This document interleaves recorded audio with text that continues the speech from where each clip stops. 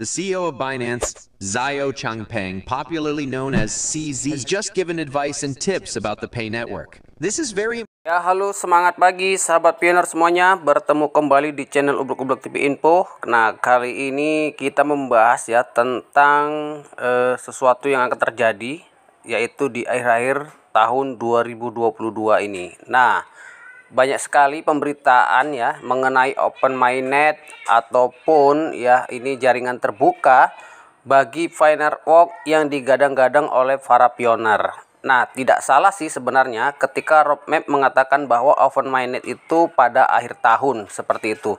Nah, jadi digadang-gadang apakah tahun 2022 atau tahun 2023. Nah, mungkin karena banyaknya permasalahan yang belum terselesaikan, yaitu tentang KYC, maka core team bisa jadi ini mengundurkan sedikit waktu untuk melakukan open course ya. Nah, jadi open course ini sebenarnya adalah permintaan daripada pioner, yang mana nilainya itu adalah juga nilai yang diminta oleh para pioner.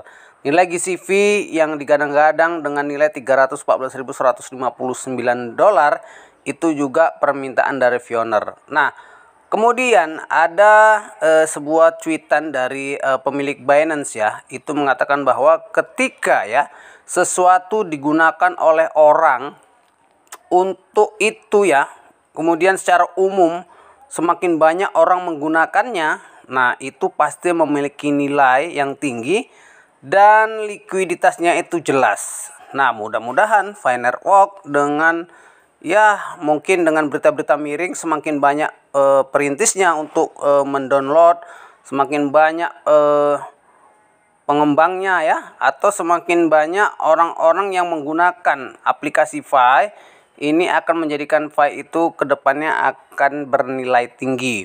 Nah, jadi jelas perkataan dari CEO Binance itu merujuk kepada sebuah komunitas dan aktivitas yang sangat besar. Nah, Finerwalk hari ini besar ya, lebih dari ratusan negara melihat perkembangan Finerwalk itu.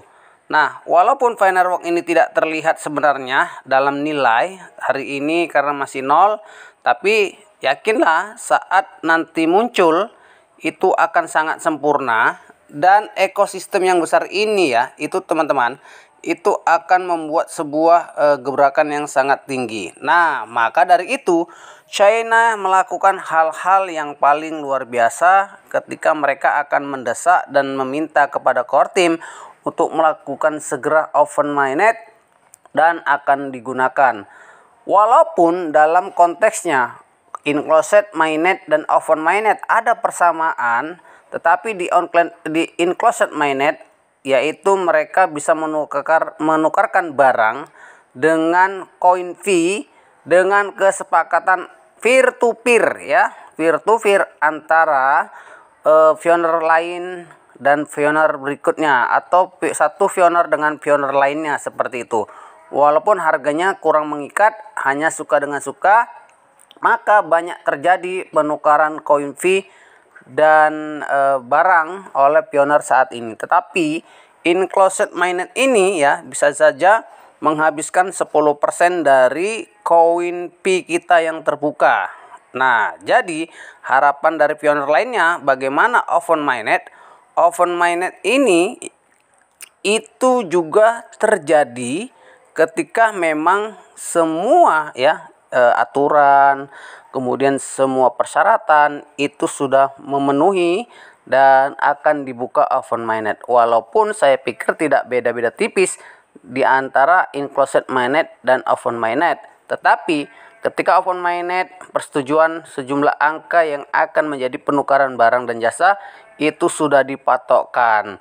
Nah, jadi China tidak mengharapkan bahwa sesuatu hal itu terjadi di seluruh dunia, tetapi mereka melakukan hal-hal bagi mereka sendiri karena komunitas China itu sangat besar sekali pada saat ini, teman-teman. Nah, kita juga akan mengetahui bahwa berita-berita ya yang berguliran seperti yang disampaikan oleh seorang pioner juga bernama Mbak Berli ya, atau Bu Berli. itu selalu memberikan sebuah berita-berita tentang Fai dari negaranya, yaitu dari negara Cina. Kebetulan beliau bekerja di sana. Nah, tetapi saya juga melihat bahwa itu sebuah tulisan-tulisan ya, sebuah blog, sebuah website yang digunakan untuk menganalisa Fai Network juga sebenarnya. Nah, mudah-mudahan berita-berita yang datangnya dari China itu akan membuat pionir-pionir di Cina sana ya, itu melakukan hal yang positif, menggebrakan terhadap open mainnet, yang mana nanti ketika terjadi open mainnet akan dirasakan oleh orang-orang yang ya menambang di seluruh dunia. Nah, bisa jadi ketika China melakukan kesepakatan jual beli ataupun tukar barang pada saat ini, nah mereka akan membias ya kepada seluruh negara, baik itu di Indonesia, yang mana mereka akan memburu koin-koin yang ada pada pionir-pionir di luar negeri atau di luar China untuk dijadikan komoditas penukaran di negaranya. Biarkan saja China melakukan hal-hal yang paling luar biasa menurut kita ya.